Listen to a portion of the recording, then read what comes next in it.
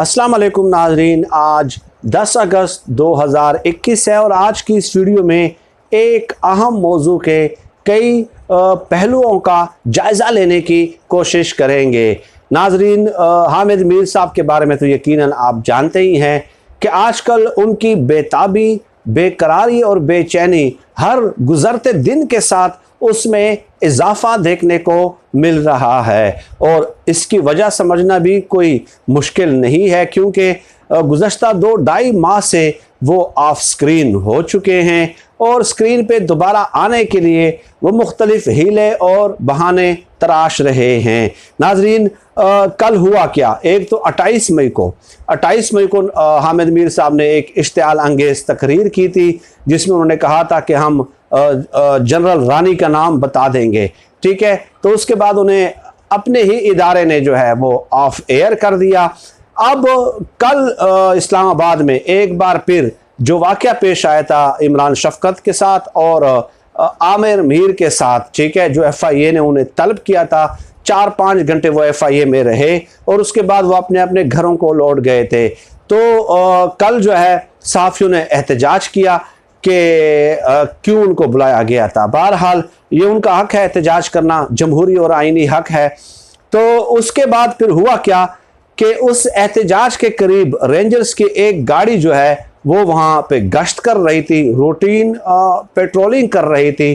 तो हामिद मीर साहब ने एक ट्वीट कर दिया, ठीक है, कि rangers vehicle arrived and stopped next to journalist protest in Islamabad. यानी हामिद मीर साहब भी कल सहाफ़ियों के एहतजाज में इस्लामाबाद प्रेस क्लब में मौजूद थे। तो उन्होंने जब रेंजर्स की गाड़ी को करीब देखा तो फ़ौरन उसकी तस्वीर ली और उसको ट्वीट कर दिया। यानी कि वो खौफजदा हो गए इससे कि भाई ये रेंजर्स की गाड़ी जो है वो हमारे करीब क्यों कर आई है। अब नाजरीन, बात यह है कि हामिद मीर जैसा बंदा या कोई भी जो इस्लामाबाद में मामूली दर्जे का भी सहाफ़ी हो ना, तो वो इस बात को समझता है, वो जानता है, ठीक है, कि रेंजर्स गुज़श्ता कई सालों से हुकूमत की दरख्वास्त पे जो है ना वो रूटीन के पेट्रोलिंग करती है कई सालों से, और वो बाकायदा सिविल गवर्नमेंट की दरख्वास्त पे, ठीक है, ये जिम्मेदारी दी गई है कि आप गश्त करेंगे, रूटीन पेट्रोलिंग करेंगे मुख्तलिफ मकामात पे, तो ताकि अमन अमान की सूरत हाल को बरकरार रखा जा सके। ये तकरीबन 4-5 सालों से ये सिलसिला चल रहा है इस्लामाबाद में। लेकिन किस कदर अफसोस की बात है कि हामिद मीर जो है वो इस मालूम है उन्हें ये सब कुछ, क्योंकि वो इलाका मैं भी इस्लामाबाद में रहा हूँ, डेफिनेटली कई मीडिया चैनल से मुंसलिक रहा हूँ, वाबस्ता रहा हूँ।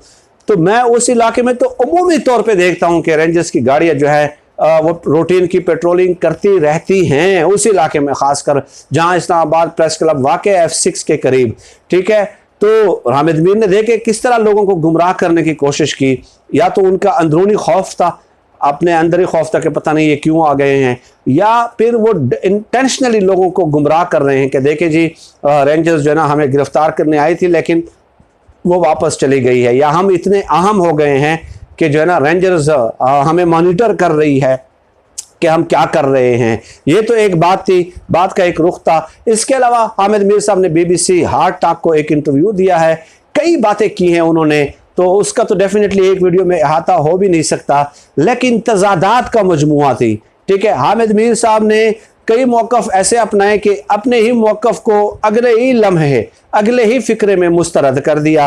अब एक तरफ वो कहते हैं कि परवेज़ मुशर्रफ साहब के दौर में मुझे TV स्क्रीन पे आने की इजाज़त नहीं थी, लेकिन परवेज़ मुशर्रफ साहब के दौर में मुझे अखबारात में आर्टिकल्स लिखने की इजाज़त थी। अब इमरान खान वज़ीर आज़म हैं और बदकिस्मती से मुझे न सिर्फ TV स्क्रीन पे आने की इजाज़त है बल्कि अखबारात में मुझे कुछ लिखने की भी इजाज़त नहीं है। ये उन्होंने कहा कि इमरान खान साहब का दौर जो है यानी कि परवेज़ मुशर्रफ के दौर से भी बदतरीन है। उसके बाद आगे जाके वो खुद ही कहते हैं कि मैं समझता हूँ, यानी कि उसका एक जिस्ट और खुलासा आपको पेश कर रहा हूँ कि मौजूदा सूरत हाल के ज़िम्मेदार इमरान खान साहब नहीं हैं। इमरान खान साहब बाकी मानदा जो माजी के वज़ीर आज़म रहे हैं उनकी बनिस्बत कमज़ोर हैं। इमरान खान साहब मुझे ऑफ एयर नहीं करना चाहते थे, इमरान खान साहब का इसमें कसूर नहीं है, यानी कि ISI की तरफ और पाक फौज की तरफ उनका इशारा था। एक तरफ वो इमरान खान साहब का इमेज मसख कर रहे हैं बतौर वज़ीर आज़म इंटरनेशनल कम्युनिटी के सामने कि देखें जी इमरान खान साहब के दौर में मुझे जो है ना टीवी पे और अखबारात में लिखने की इजाज़त नहीं है, टीवी पे आने की इजाज़त नहीं है, अखबारात में लिखने की इजाज़त नहीं है। दूसरी तरफ वो यू टर्न लेते हैं कि जी इमरान खान साहब इसके जिम्मेदार नहीं है। तो एक तरफ यानी कि एक तीर से दो शिकार करना चाह रहे हैं कि इमरान खान साहब का इमेज भी जो है ना मसख हो जाए इंटरनेशनल सतह पे कि हमारा वज़ीर आज़म जो है ना उसका इमेज ही मजरूह हो जाए, क्योंकि इंटरनेशनल कम्युनिटी में इमरान खान साहब का इमेज बन चुका है। और दूसरी तरफ जो है ना वो फिर इनकार भी कर दें, यानी कि इमरान खान साहब जिम्मेदार हैं भी जिम्मेदार नहीं भी हैं। तो ये तो एक अल्लामा इकबाल का एक शेर है कि है अजब मजमुआ अजदाद ए इकबाल तो, ठीक है। और इसके अलावा एक शेर है कि उसका मिलना ना मिलना एक सा है, वो मिला भी है और मिला भी नहीं, यानी अजीब तजादात का मजमुआ है। और दूसरी तरफ फिर साफ़ी ने सवाल पूछा, जो स्टीफन सेकर ने सवाल पूछा उनसे कि आपको कैसे मालूम है कि साफ़ियों पे हमले के जिम्मेदार कौन लोग हैं। तो वो कहते हैं कि देखिए जी साफ़ियों पे जब हमला होता है तो पुलिस और कानून नाफज करने वाले इदारे जिम्मेदारों की निशानदही नहीं करते और उनको गिरफ्तार नहीं किया जाता। तो अगर पुलिस हमें इंसाफ नहीं देगी रियासत, तो हम उन लोगों के नाम बताना शुरू कर देंगे, ठीक है, जो हमलों के जिम्मेदार हैं। और फिर एक जगह कहते हैं कि मैं पूरे इदारे की बात नहीं कर रहा, ठीक है, मैं इदारों में मौजूद चंद लोगों की बात कर रहा हूँ। तो अजीब किस्म का एक मौक़िफ़ है आपके इन इल्ज़ामात से। देखिए उस स्टीफन सेकर ने सवाल पूछा है बाकायदा कि इसका मतलब ये होगा पाकिस्तान की सिक्योरिटी एजेंसी जो है, इंटेलिजेंस सर्विसेज जो है, यानी कि ISI जो है, वो सहाफ़ियों पे हमले में मुलव्वस है।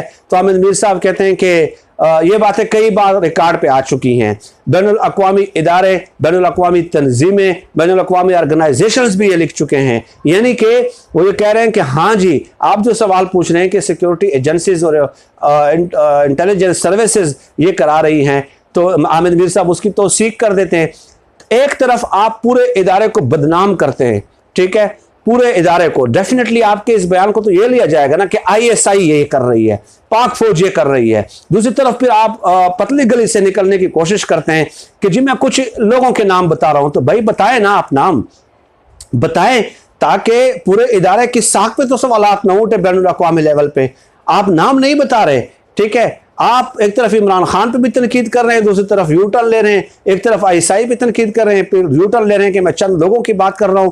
चंद लोगों के नाम आपने लिए नहीं है आज तक, इसलिए पूरे इंटरनेशनल कम्युनिटी के सामने बैनुल अक़वामी मीडिया पे आप ISI, पाक फौज और इमरान खान साहब को जो है ना अपनी रियासत के ऊपर इल्ज़ामात लगा रहे हैं और उनका इमेज जो है वो मसख करने की कोशिश कर रहे हैं। और फिर इस बात का क्या मतलब है कि हम नाम ले लेंगे? आपके पास सबूत है?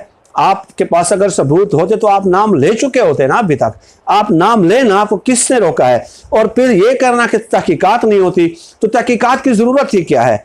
एक हमला होता है, ट्वीट होता है, फौरन से ये नतीजे पे पहुंच जाते हैं कि ISI और पाक फौज वाले, ठीक है। तो भाई तहकीकात तो आप लोग कर चुके हैं ऑलरेडी, आप तो कर चुके हैं ना। तो आप बता दें, बार बार ये कहना कि हम नाम ले लेंगे, इसका मतलब ये हुआ कि आप चाहते हैं नवाज शरीफ की तरह कि इल्ज़ामात लगा लगा कर जो है ना मुझे कोई रियायत मिल जाए। बिल्कुल वही सेम पैटर्न आपने जो है अडॉप्ट किया हुआ है। और ये इंतहाई अफसोसनाक बात है कि BBC वालों को भी पूछना चाहिए था कि भाई आप नाम बता दें। आप तो कह रहे हैं कि कई सालों से ये मुजालिम हो रहे हैं, तो आज तक अगर हुकूमत ने तहकीकात नहीं की है तो और आपने सदियां इंतजार करना है, आप बता दें। लेकिन इनके पास सबूत नहीं है। और फिर उनको ये भी कहना चाहिए था कि भाई आप पैरेलल खुद ही तहकीकात कर चुके हैं, आप फौरन कैसे नतीजे पे पहुंच जाते हैं? कोई थर्ड फोर्स भी हो सकती है जो इन हालात का जो है वो फायदा उठा सकती है। बहरहाल इंतहाई अफसोसनाक इंटरव्यू था, कई बातें थी, बहुत तवील इंटरव्यू है जिस पे बात की जा सकती है। तो इंशाल्लाह किसी और वीडियो में इस पे नशिस्त का एहतमाम कर लेंगे अगर अल्लाह को मंजूर हुआ तो। फिलहाल चूँकि वीडियो का दौरानिया तवील हो रहा है, इसलिए इसी पे इक्तिफा कर लेते हैं। फिल वक्त आज की इस वीडियो में इतना ही। पाकिस्तान जिंदाबाद। अल्लाह हाफिज़।